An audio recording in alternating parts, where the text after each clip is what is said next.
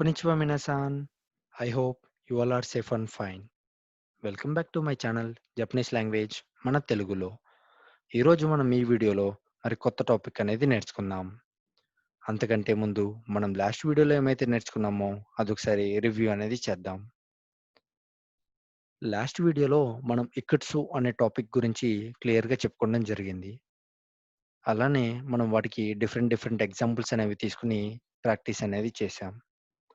మీరు కూడా మరికొన్ని ఎగ్జాంపుల్స్ అనేవి తీసుకొని ఇక్కుడ్సు టాపిక్ అనేది గనక చేస్తే మీకు ఆ ఇక్కుడ్సు అనే టాపిక్ చాలా క్లియర్‌గా అర్థమవుతుంది. దాంట్లో ఎంత చిన్న డౌట్స్ ఉన్నా మీరు అలా ప్రాక్టీస్ చేసే కొద్దీ మీకు ఆ డౌట్స్ అనేవి చాలా ఈజీగా క్లారిఫై అవుతాయి.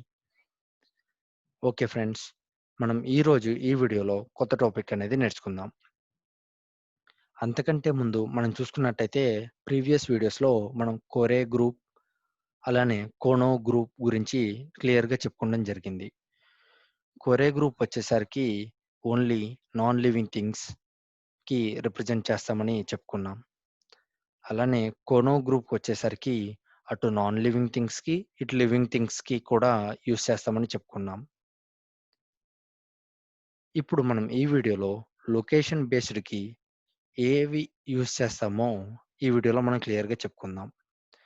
లొకేషన్ బేస్‌కొచ్చేసరికి ఏవి రిప్రజెంట్ చేస్తారంటే కోకో, సోకో, అసోకో, దోకో. మళ్ళీ ఒకసారి చూద్దాం. కోకో, సోకో, అసోకో, దోకో. ఇవి కేవలం లొకేషన్ బేస్డ్‌కి రిప్రజెంట్ చేస్తారు.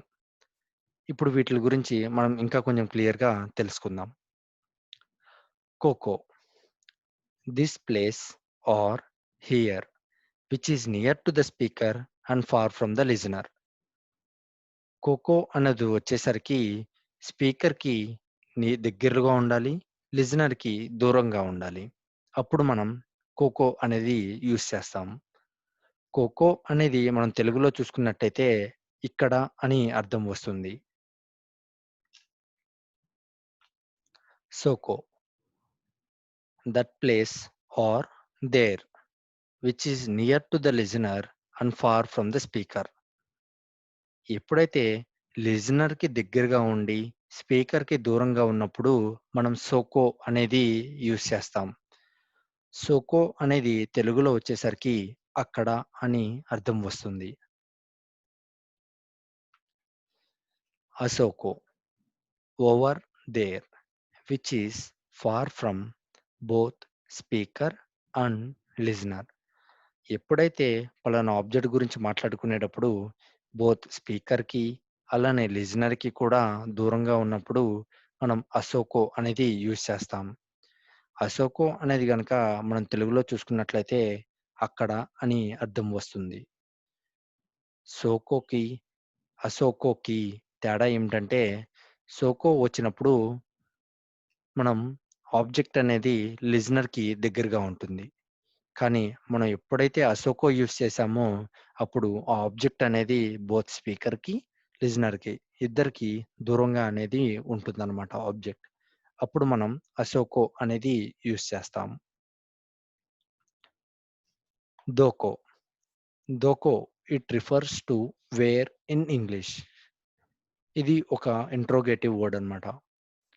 మనం దీన్ని తెలుగులో గనక చూసుకున్నట్లయితే దోకో అంటే ఎక్కడ అని అర్థం వస్తుంది.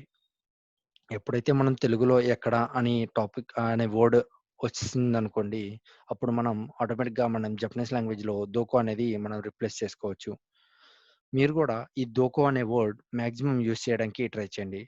ఎందుకంటే మనం ఎక్కువగా డైలీ యూసేజ్ వర్డ్స్‌లో గనుక చూసుకున్నట్టయితే మనం ఖచ్చితంగా ఎక్కడ అనే వర్డ్ యూజ్ చేస్తాం.